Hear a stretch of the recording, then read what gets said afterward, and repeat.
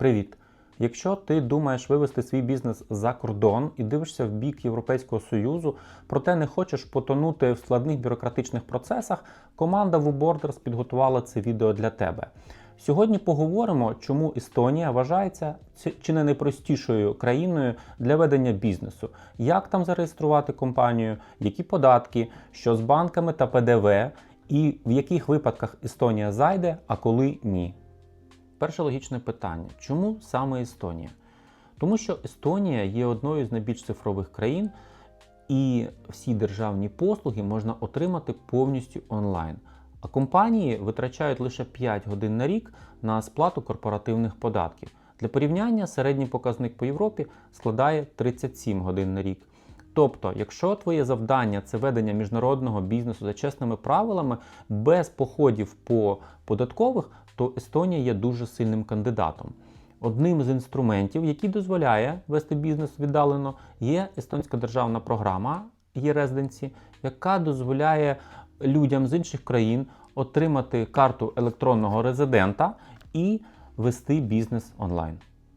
Одразу виникає безліч запитань, як саме можна зареєструвати бізнес, чи потрібно для цього їхати особисто в Естонію. Існують два варіанти віддаленої реєстрації компанії. Перший – це за допомогою карти електронного резидента, електронна реєстрація. Другий – це нотаріальна реєстрація через довіреність. Варіант перший – електронна реєстрація бізнесу. З 2014 року діє програма e-Residency.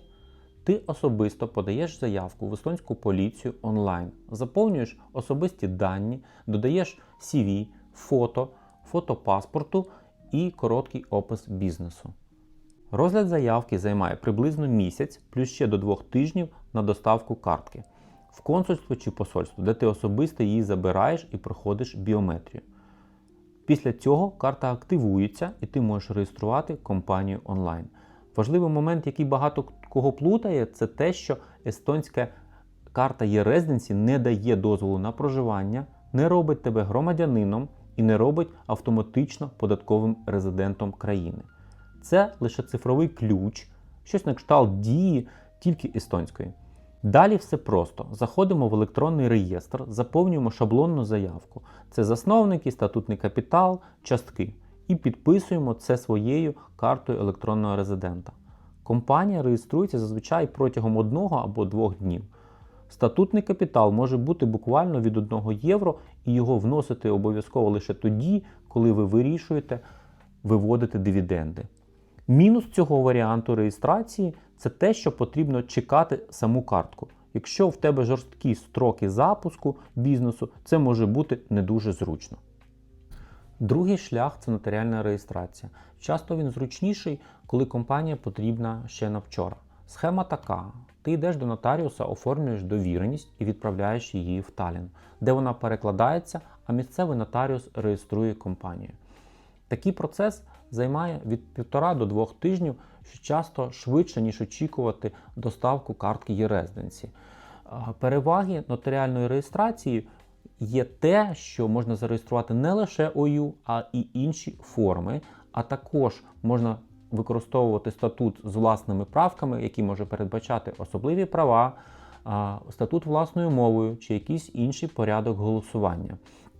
Також ви можете долучати при нотаріальній реєстрації будь-які інші пакети документів, наприклад, це можуть бути корпоративні договори і, наприклад, оцінка нематеріальних активів, які будуть включені в статутний капітал.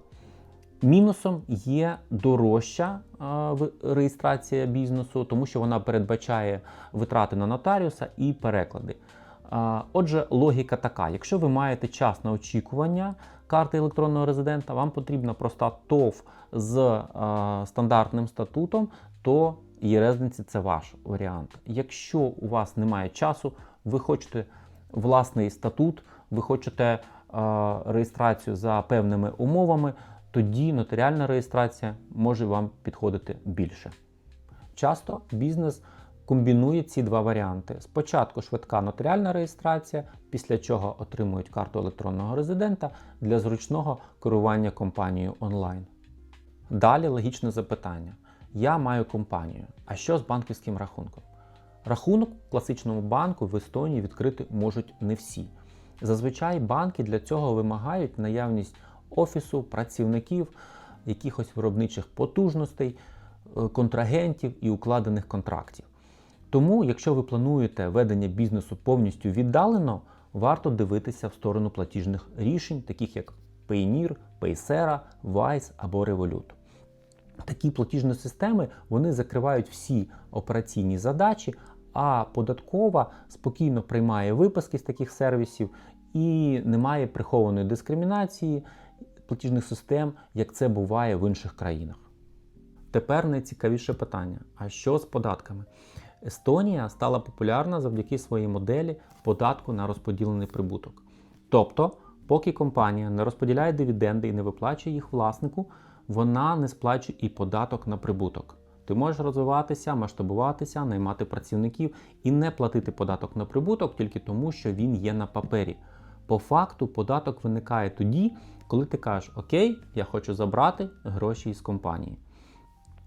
Ставка податку на прибуток в Естонії складає 22% за моделлю 22 до 78.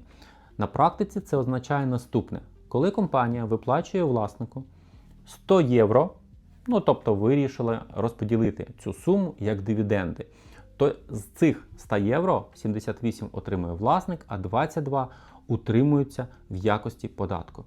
Таким чином, якщо власнику компанії потрібно виплатити 100 євро цілими, чистими, то потрібно вивести загальну суму близько 128 євро, і чисте податкове навантаження складає 28%. Також важливим моментом є те, що цей податок на прибуток не є податками на дивіденди, хоча він пов'язаний з фактом їх виплати. А отже, якщо фізична особа, яка отримує дивіденди, є резидентом іншої країни, вона зобов'язана сплатити податки на дивіденди в своїй країні свого резидентства. Ще одним плюсом Естонії є проста і зрозуміла звітність. Фінансовий звіт компанії може займати лише 3-5 сторінок і формуватися англійською мовою, що сильно спрощує життя, особливо власникам компанії, які зобов'язані формувати кік-звітність, і в такому випадку не потрібно перекладати томи документів українською мовою. Первинна документація також не потребує дублювання естонською мовою, вона може зберігатися в електронному варіанті, і бухгалтер працює з цими електронними документами. Таким чином, естонська компанія – це не ще одна проблема, це інструмент, який дозволяє зосередитися на розвитку бізнесу. І поки ми писали наше відео, у нас вимкнули світло. Але Естонія залишається зручною країною для будь-якого віддаленого бізнесу, як то IT-сфера, маркетинг і інші онлайн-сервіси. Головною її перевагою є максимальна діджиталізованість процесів, простота відкриття бізнесу і зрозуміла податкова система. Головним її мінусом, напевно, є те, що після Естонії масштабуватися в інші країни буде не так зручно і просто. Якщо у вас залишаються якісь запитання, пишіть їх в коментарі або звертайтеся до нашої команди. А ми побачимось з вами в наступних відео. Слава Україні!